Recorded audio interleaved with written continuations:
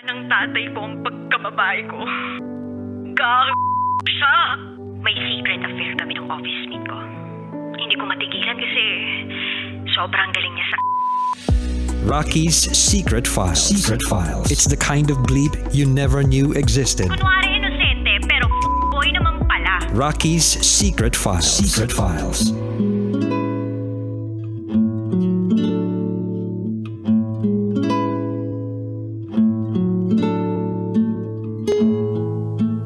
And we're back. Kasama niyo pa rin si DJ Rocky and this is Nene's Secret File. Si Nene na gulong-gulo sa kanilang sitwasyong magkakapatid. Ang kanilang magulang ang nagiging dahilan kung bakit ang sakit-sakit ng kanilang mga ulo. Bakit kamo? Kasi ang kanilang mga magulang ay patuloy pa rin sa paggamit ng ipinagbabawal na gamot. Kaya nga ang tanong niya, masama bang hilingin kung mawala na lang ang mga magulang namin? Bakit? Kasi nga, lahat na ng paraan parang nagawa na nila eh. At parang ang tanging paraan na lang para mabawasan yung bigat ng nararamdaman nilang magkakapatid ay mawala na lang yung mga magulang nila nang sa gayon wala na lang silang problema. Minsan ba naisip mo na lang yun, kabisyo, yung mawala na lang yung problema mo. Tapos yung problemang yung tao. Ay, wag naman sana, diba? Kasi may paraan pa rin. So ngayon, pakinggan na natin yung mga kabisyo nating nag-share ng kanilang mga thoughts, comments, suggestions, and violent reactions. Ito po ang sabi ng ating kabisyo na si JP Babasa. Para sa akin, mali naman yung hilingin na mamatay ang magulang. Well, iparehab na lang. Hayaan na lang doon. Huwag piyansahan kung sakaling makukulong uli hanggang sa magbago. Yun na lang ang naisip kong solusyon dyan. Or itago nyo yung foil. Buti at nandyan pa kayo para sa mga magulang nyo. Kayo ang susi nila para magbago sila. Huwag kayong susuko. Yun lamang po. Happy Wednesday. Ingat pa uwi, DJ Rocky. Salamat, JP Babasa. Ito pa sabi ni Charles. Ay, hanggang ngayon ba na-underestimate ng mga magulang mga concerns ng anak nila? Yan kasi. Hindi binavalidate ng mga magulang ang pakiramdam ng kanilang mga anak.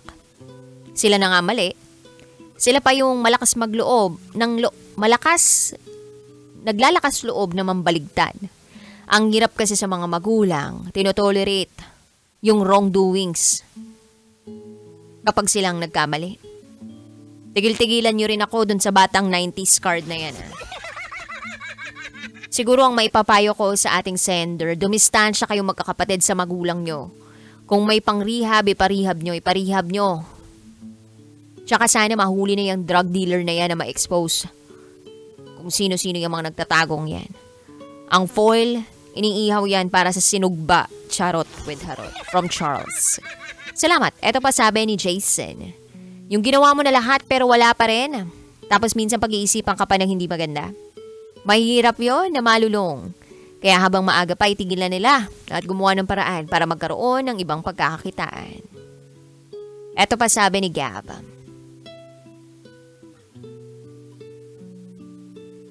Kung meron mang mga maling desisyon ng mga magulang nila, kailangan nilang pagbayaran kung ano ang consequences ng kanilang mga maling desisyon. Mahirap ipaintindi sa mga magulang yung maling ginagawa nila. Lalo na kung gumagamit sila ng ilegal na gamot. Kaya, huwag nyo nalang kalilimutan na nandyan lang kayo at sumuporta sa kanila. Pagdasal sila. Kung sakali man na makapagdesisyon uli sila ng mali, hayaan nyo sila. Nang sa gayon, matuto rin sila. Siguro darating din yung panahon na marirealize nila lahat ng mga pinaggagawa nila. Sana hindi pa huli ang lahat. From Gab. Ito pa sabi ng ating kabisyo na si Katrina San Jose. Hindi man kayo pinalad na magkaroon ng responsableng magulang. Maswerte pa rin kayong magkakapatid dahil hindi kayo pinabayaan ng mga lola nyo. Mahirap tulungan ng mga taong ayaw din tulungan ng sarili nila. Siguro, maganda niyong gawin, bumukod kayo. Hayaan niyong mamuhay mag-isa ang nanay niyo. Para maramdaman niya na hindi kayo nawalan kundi siya. Magbabago ang tao pag gusto niyang magbago. Hindi dahil gusto niya lang na magbago siya. Mag-online seller kayo ng embutido para pag nireid ang bahay ninyo, makikita ng pulis kung bakit may mga foil. Charot with harot. P.S. Masamang hilingin na mawala ang magulang. Pero walang masamang humiling kay Lord na magbago ang magulang ni Sender. True. Eto pa sabi ni Del. Ay DJ Rocky, nakakalungkot naman ang sitwasyon ng ating Sender. Valid ang nararamdaman ng ating Sender. Kung ganun yung nasa isip niya, well, isang mahigpit na yakap sa'yo. Mahirap yung pinagdadaanan ninyong magkapatid. Kasi, paano nga naman maging magulang sa magulang? Ang hirap, diba? Na dapat silang nagtuturo sa inyo ng tamang asal. Pero mukhang kayo pa ang nagtuturo sa kanila ng tamang asal. Sana ay magbago na ang inyong mga magulang at makita nila ang pinupunto ninyo. Yun lamang po, DJ Rocky from Del. Marami pa pong nag-comment sa ating secret file tulad ni George Lucena. Tama yan, gawin nyo nararapat sa magulang nyo dahil minsan nagkakamali kayo at meron ding tutuwid sa landas kapag nagkamali kayo. Pabati po kami dito sa San Roque, Baliwag, Bulacan. Edwin Salak, salamat. Go Greg, Vitol, Maska, lagi nakikinig ng Secret File. Thank you. Nicole Fernandez says, sana may chance pa para magbago sila at maayos ang pamilya nila. Sa sarili nila magsisimula ang pagbabago. Totoo naman yung sa sarili talaga nagsisimula yung pagbabago. Kailan ba nagsimula yung pagbabago sa iba? Pwedeng maging inspirasyon yung iba para magbago ka. Pero, hindi sila yung magpapabago sa'yo. Change comes from within. Anyway, alam mo, Nene, nabibilib din naman ako sa lolo't lola mo. Kasi, nandyan sila para gabayan kayo. Nabibilib din ako sa mga kapatid mo. Sa inyo magkakapatid. Kasi kinakaya ninyo. Pwede kasing magkanya-kanya na lang kayo eh. Alam mo yon, pabayaan nyo na lang, magkanya-kanya kayo, wag nyo nang tulungan. Yung magulang ninyo. Pwede naman gawin yun eh. Minsan naabot ka talaga dun sa puntong parang wala ka ng pake. Kasi bakit yung magulang mo may pake ba sa inyo? Diba? Kumbaga, ang dami mong pwedeng maisip eh. Nadadagdag dun sa bigat ng nararamdaman mo. Ang dami. Pero pinili nyo na tulungan pa rin yung mga magulang ninyo. And I admire that. Pero alam mo yun, nakakapagod din. Nakakapagod din. Kasi parang dapat may hangganan din. At dapat makapagbigay din tayo ng sariling pag-aalaga sa sarili natin. Na parang sa sobrang pagbibigay natin sa magulang natin, nakakalimutan natin na meron para tayong self.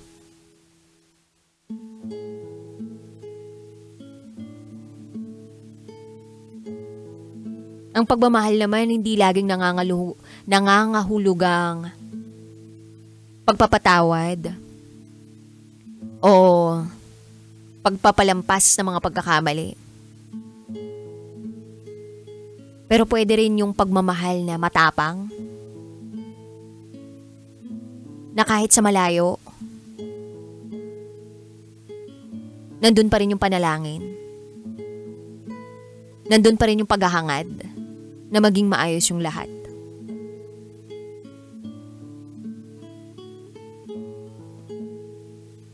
So sa tanong mo kung ano yung mga payong pwede naming maibigay sa'yo, nakapag-search ako.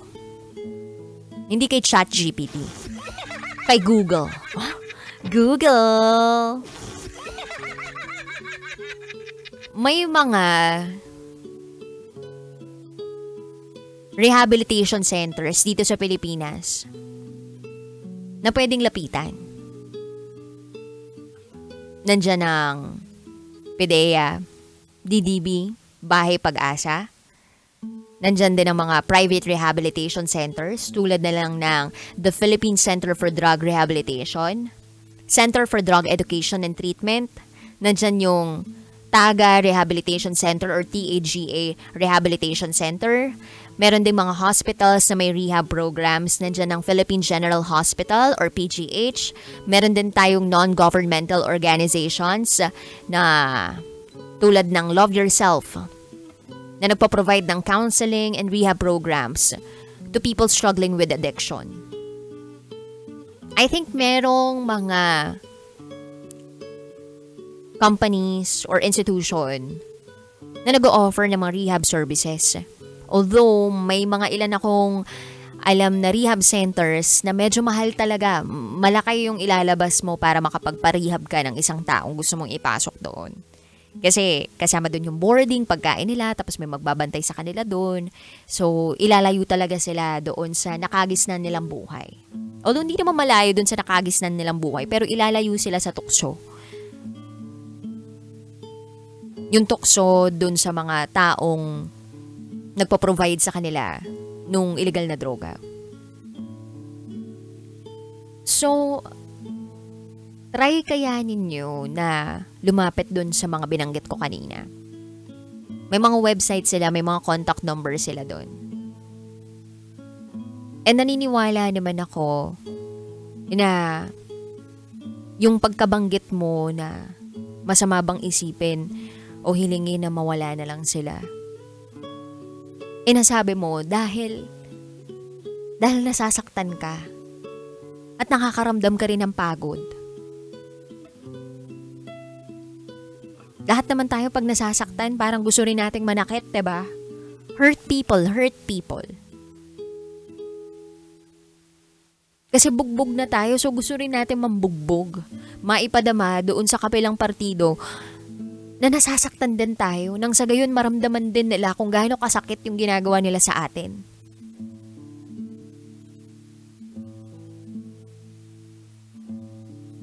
At matapang kayo. Matapang kayong magkakapatid na kinakaya nyo pa yung lahat. Sama-sama kayo na nagtutulungan para mapabuti yung kalagayan ng inyong mga magulang. At okay lang na gawin nyo ang lahat ng kaya nyong gawin o sa abot ng inyong makakaya para tuluyang makapagbago ang inyong mga magulang. Nang sa gayon, sa huli, magbago man o hindi, at least ginawa nyo lahat ng paraan, inexhaust ninyo lahat ng paraan para makapagbago sila. Walang pagsisisi. Kasi naging anak kayo. And at the same time, naging magulang na magulang ninyo.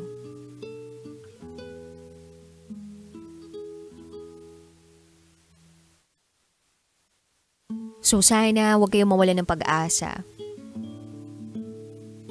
Mahirap labanan ng adiksyon. Hindi yan agad nawawala. Pero hindi ibig sabihin na hindi pwedeng magbago ang tao. Pwede kayong magbigay ng ultimatum sa mga magulang ninyo, takutin ninyo. O iparamdam nyo sa kanila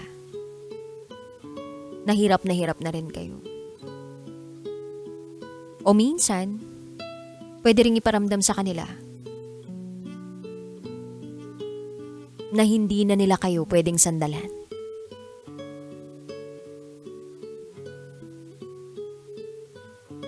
Pero sa totoo lang, nandyan pa rin naman kayo nakatingin sa kanila. Pwede ka kasing magmahal ng malayo. Ano mo yung loving from a distance? Kasi alam mo na yun yung makakatulong dun sa mga taong yun. Kasi kapag alam nila na mahal mo sila at alam nilang nandyan ka lang, aasa at aasa sila sa'yo. Ay, nandyan naman sila eh. So bakit pa ako magagano? So yun lang naman, kabisyo. Maraming salamat sa pagbabahagi nitong mabigat mong kwento. At I wish you all the best sa inyong magkakapatid. I pray na lumalim pa ng lumalim at dumami pa ng dumami ang pag-asang meron kayo at yung katatagan na meron kayo. Anyway, sa mga kabisyo po natin na gusto mag-share ng kanilang secrets, share it to me, rakitera@gmail.com.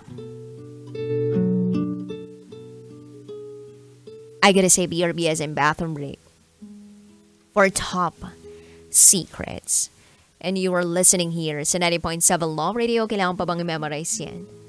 Basic. This is Nene's Secret File. Metro's #1. Metro's